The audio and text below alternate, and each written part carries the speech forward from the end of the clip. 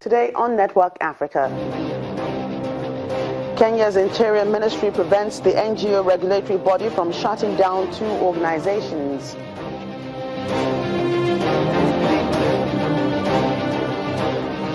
Six-month-old Samantha Pendo dies after having been clubbed and tear-gassed in Kenya.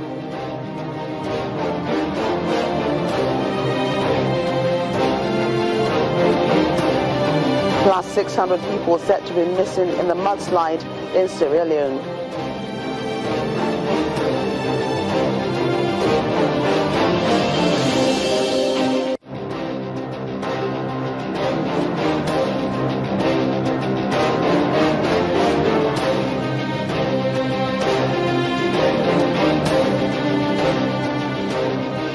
Hello everyone, I'm Joke Rogers. Welcome to the show. A police raid on 2 NGOs in Kenya has been foiled by the country's Interior Ministry. The NGOs coordinating board alleged that the organizations, the Africa Center for Open Governance and Kenya Human Rights Commission, were operating illegally and had been avoiding paying taxes. Both organizations have denied the allegations. The board had led a police raid on the organizations, but Kenya's Interior Minister, Fred Matiang'i, blocked the move, saying that no action should be taken against the organizations for 90 days and that a government committee will look into the compliance status of the 2 organizations. Meanwhile, the battle is not over as Kenya's opposition leader, Raila Odinga, appears set to challenge last Tuesday's elections in court. Mr. Odinga told reporters a while ago that he will be moving to the Supreme Court to lay bare to the world the making of a computer-generated presidency. He had said last week that the elections were electronically rigged to give President Uhuru Kenyatta a victory. Foreign observers said that last Friday, when the Electoral Commission announced the results, that they were free and fair. Fellow Kenyans, we refuse to sit and watch the Jubilee turn our country into a banana republic and a playground. Yes. Accepting such a crime for the 3rd election in a row would irredeemably entrench the triumph of anti-democratic impunity and the permanent death of democracy. Future elections will be a sham. NASA shall not be party to it. We will preach peace, and as we have done so. And we will uphold our rights to assemble and protest.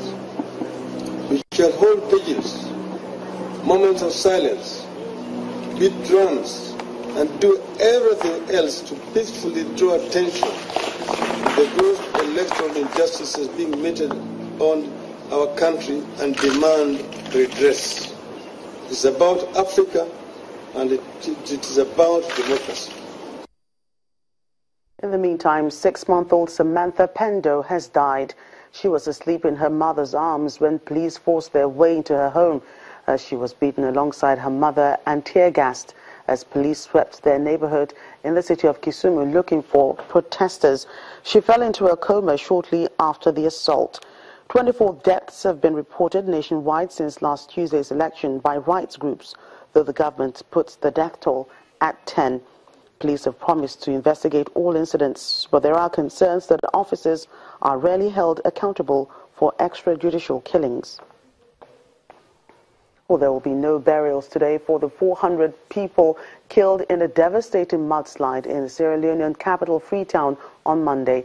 The city's mortuaries are set to be overwhelmed, with a number of dead bodies being recovered from the mudslide. 600 people are still unaccounted for, but rescue operations are continuing at the site. The Red Cross, which is leading emergency services, are warning it's a race against time to find any more survivors. President Ernest Koroma has declared 7 days of mourning throughout the country starting today, and security level has been raised to its highest. In other news, Zimbabwean President Robert Mugabe is set to be on his way to South Africa to intervene in allegations against his wife, Grace. Mrs. Mugabe failed to appear in court in South Africa after agreeing to speak with police on an allegation of assault on a 20-year-old model. Police had expected her to present herself for questioning, but Mrs. Mugabe failed to show up. She's accused of hitting Gabriela NGOs on the head with an extension cord following a row after she barged into a hotel room where NGOs was said to be with Mugabe's sons Robert and Chatunga on Sunday evening. President Robert Mugabe is said to be preparing to attend the 37th Southern African Development Community Summit in Pretoria this week. Meanwhile, Mrs. Mugabe is no stranger to controversies. That the 52-year-old is known to wield a lot of political power in the ruling party, the ZANU-PF, but can best be described as a firebrand politician who chides people she perceives to be eyeing her husband's seat. She has said that she is already president in her current capacity as First Lady. Her attack on the South African model is sadly not her first assault. She once punched a British photographer in Hong Kong for taking pictures of her at a hotel. Her nicknames include Gucci Grace, the first shopper disgrace, and when people want to be nice, she's called Dr. Amai, meaning Dr. Mother. And when they're feeling more affectionate, she's called Queen of Queens.